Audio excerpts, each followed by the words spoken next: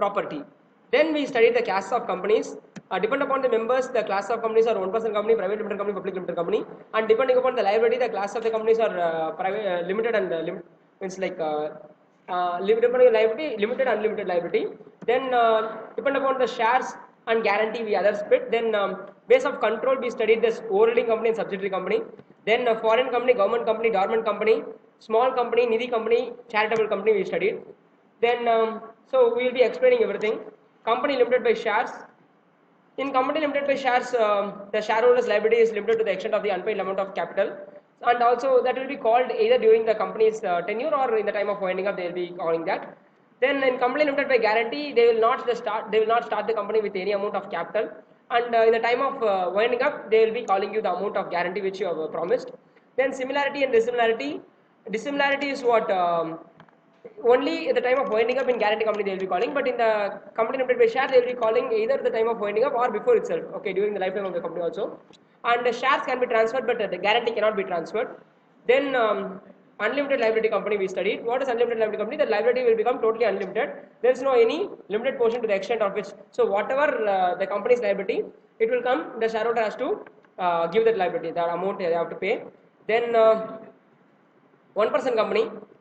Only one member company will be there, then so only one member, then separate legal entity will be still there, and even 1% company they can transfer the shares. Then minimum paid up capital, there is no requirement of minimum paid up capital. No actually in private limited company now previously they were that 1 lakh rupees of minimum paid up capital. Now they have taken out that capital also. And in private limited company, what are the restrictions? Restrictions on transfer of shares. Then minimum 2 members should be there. Then maximum only 200 members. Joint holders will be considered as only one. And excluding the temporary means employees, who got the shares while they are in employment, and employment ceased to exist. Also, they are continuing to hold shares. Then public cannot be invited for subscription of shares and securities and deposits. Okay, this is the restrictions on private limited companies, but they have a privileges also. The company can have only 2 directors. That's enough. And no independent directors is required for a private limited company. The companies are exempted from audit committee, nomination remuneration committee, stakeholder relations committee. Then we have the small shareholder, means small company. What is a small company? Small company is other than public company, which has a paid up capital not exceeding 50 lakhs, and which has a turnover not exceeding 2 crores. And the small company should not be a holding company or subsidiary company of any other company, or it should not be a Section 8 company, and it should not be a Special Act company. Then public company we studied. Public company is not a private limited company. Public company is not holding that 4 restrictions, so there won't be any 4 restrictions, and but there should be minimum number of members, which is 7. In private limited company it's only 2, public is 7, and they have directors of 3, minimum number of 3 directors, and maximum 15 directors they'll be having. And holding and subsidiary company, what it is?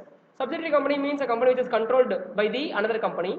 So the company which is controlling the board of directors of another company, or controlling shareholding of another company more than 50%, so it becomes a holding company, and the controlled company becomes a subsidiary company. And either directly or indirectly, that is through another subsidiary you are controlling also, that will become a subsidiary for you.